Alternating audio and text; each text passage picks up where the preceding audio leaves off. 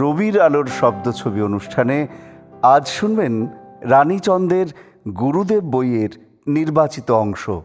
শোনাচ্ছেন সুমিতা চক্রবর্তী। চন্দননগরের এ বাড়িটা অন্যান্য বাড়ি হতে একটু আলাদা রকমের।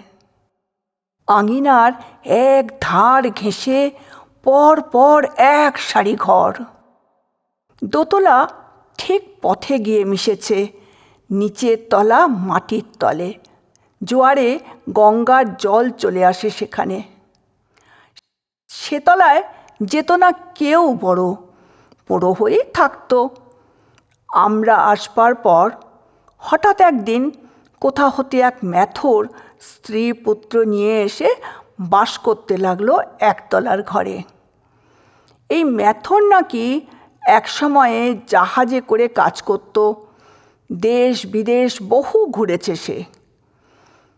অবসর সময়ে বনমালীর সঙ্গে খুব গল্প জমত তার, নানা দেশের কাহিনী নিয়ে। বনমালী গুরুদেবের খাস নকর। সে হার মানবে কেন?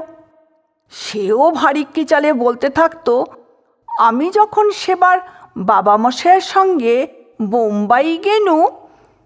ম্যাথর বলতো, আরে রেখে দাও তোমার বোম্বাই, বলে হাতে হাতে চাপড় মেরে এক ধাক্কায় তার কথা ঠেলে দিত। বলতো, আমেরিকা দেখেছ, ইংল্যান্ড, বাড়ি কি এক একটা সেখানে, আরে বাপ রে। বনমালী বেচারা চুপসে যেত। তার দৌড় বড়জোর বোম্বাই হায়দ্রাবাদ পর্যন্ত। বাবামশাইয়ের সঙ্গে এর চেয়ে বেশি দূরে সে যায়নি কখনো। নিরালা দুপুরে তাদের একতলার আলাপ খোলা জানালা বেয়ে স্পষ্ট উঠে আসতো উপরে। গুরুদেব হাসতেন শুনে।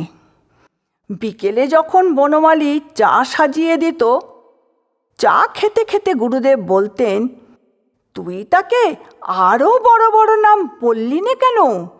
বললেই হতো যে তুমি বখতিয়ারপুর গেছো, উটকামন, বিশাখাপট্টনম, বেজওয়ারা, এইসব জায়গায়। খটোমটো নাম শুনে নিশ্চয়ই ভড়কে যেত ও। বনমালী খুদে খুদে দাঁত বের করে হি হি করে হাসতো আর বলতো, তা বাবুমশাই কথাগুলি কঠিন কি না, অত বড় নাম আমার তাই স্মরণে থাকে না। তা থাকবে কেন, যাও তবে ওর কাছে বোকা বনে বসে থাকো গে। যাবার আগে আমার লাপকিনটা দিয়ে যাও। লাপকিনটা দিয়ে নাম্বার টেবিলটা এদিকে সরিয়ে দাও। তারপর স্যানাডাডনের শিশিটা রাখো তার উপরে। এগুলি ছিল বনমালীর ভাষা। গুরুদেব প্রায়ই তাকে নিয়ে এভাবে মজা করতেন, আর বনমালী মুচকে মুচকে হাসত। বনমালীর গায়ের রং ছিল কালো কুচকুচে। গুরুদেব নাম দিয়েছিলেন নীলমণি, ডাকতেন লীলমণি। আসলে বনমালী নকে ল বলতো। নীলমণির মুম্বাই শহরের উপরে বিশেষ একটা আগ্রহ ছিল। তার ধারণা বোম্বাই গেলে তার গায়ের রং অনেক ফর্সা হয়ে যায়। সে নাকি বার কয়েকই প্রমাণ পেয়েছে বাবামশাইয়ের সঙ্গে গিয়ে। গুরুদেব বলতেন, চল বোম্বাইতে গিয়ে থাকি এবার হতে তোতে আমাতে। বনমালী খুব খুশি হয়ে উঠত এ প্রস্তাবে। গুরুদেব বলতেন, আচ্ছা বনমালী, তুই কি জানিস আমি যে একজন খুব বড় লোক? বনমালী বলতো, হ্যাঁ বাবু মশাই জানি। কিসে আমি বড় লোক বলতো? দ্বারকানাথের লাথি বলে? বনমালী হি হি হি করে হাসতো আর আর বলে, বলবো বলবো, বল না। বনমালী আরও হেসে দুহাত কচলে বলে ফেলতো, আপনি ন্যাকার জোরে বড় লোক। গুরুদেব হো হো করে হেসে উঠতেন। বনমালীর সঙ্গে সময়ে সময়ে গল্প করে তিনি আমোদ পেতেন। তার মতো শ্রোতাও বিরল। কত গল্পই যে করত বনমালী, গুরুদেব এক মনে শুনতেন। একদিন বনমালী গল্প বলে চলেছে, তাদের গায়ে নাকি কে একজন আছে, এমন বান মারে সে, এক বানে 7-7টা কলা গাছ ফুটো হয়ে বান বেরিয়ে যায়, সঙ্গে সঙ্গে 70টা ধরফরিয়ে মাটিতে গড়িয়ে গড়ে, একেবারে মৃত্যু, আর তাকে আলো দেখতে হয় না। আর আছে মণি বাবা তাদের গায়ে। কি উৎসাহ গল্প শোনাতে বনমালীর! বলে, সে বাবা মশাই, মণি বাবার এত মাহাত্ম্য, কাউকে যদি জাত সাপ কাটলো তো 3 বার শুধু বলো, মণি বাবা মণি বাবা মণি বাবা, ব্যাস অমনি সে উঠে বসবে, বিষ নেমে যাবে। গুরুদেব বলেন, বটে? হ্যাঁ বাবা মশাই, এত তার নামের গুণ।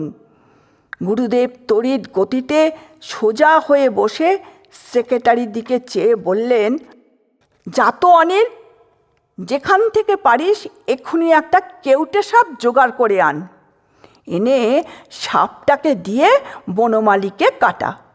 তারপর 3 বার কেন, আমি 300 বার বলবো, মণি বাবা মণি বাবা মণি বাবা মণি বাবা। বনমালী বুঝতো এটা রসিকতার ঢেউ, হেসে চায়ের বাসন তুলে নিয়ে বেরিয়ে যেত। বনমালীকে গুরুদেব একবার নিজের হাতে সাজিয়েছিলেন দেখেছি। হায়দ্রাবাদের পথে বিজনা গ্রামে যাচ্ছেন গুরুদেব একদিনের জন্য, রাজমাতা ললিতা দেবীর আমন্ত্রণে। ভোর রাত্রে ভিজনাগ্রাম স্টেশনে ট্রেন থামল। দেখি ট্রেনের করিডরে দাঁড়িয়ে গুরুদেব তারই একটা কালো ভেলভেটের টুপি বনমালীর মাথায় পরিয়ে থাবড়ে থুবড়ে ঠিক করে দিচ্ছেন। বনমালীকে পরিয়েছেন গুরুদেব নিজেরই একটা সাদা সিল্কের পাজামা। বলছেন, রাজবাড়িতে যাচ্ছিস, তোর ওই সাজে যাবি নাকি? আমার পাজামা টুপি পরে সেজে নে ভালো করে। গুরুদেবের টুপি আর পাজামা পরে খুদে বনমালীর সে এক অপূর্ব সাজ। বনমালী টুপি সামলায় না পাজামা সামলায়। বনমালী চওড়া ঢলঢলে পাজামা কেবলই কোমরে গুঁজে গুঁজে তোলে, তুলতে তুলতে পাজামা হাঁটু অবধি তুলে ফেলল। মাথার টুপি চোখ ঢেকে ঝুলে রইল।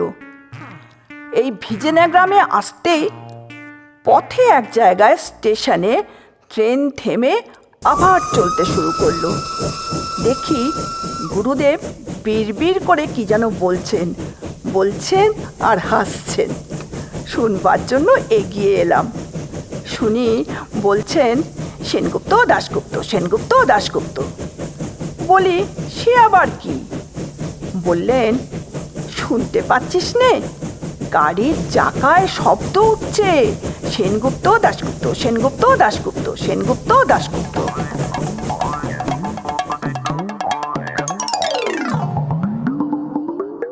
আমাদের নিবেদনের ভালো মন্দ বিচার করার ভার আপনাদের, অর্থাৎ আপনারা যারা শুনলেন। প্রতি মঙ্গল, বৃহস্পতি, শনি ও রবিবার আমরা হাজির হব নকশিকথার পাঠশালা প্রতিশ্রুতির ইউটিউব চ্যানেলে। আজকের মতো বিদায় নিচ্ছি। নমস্কার।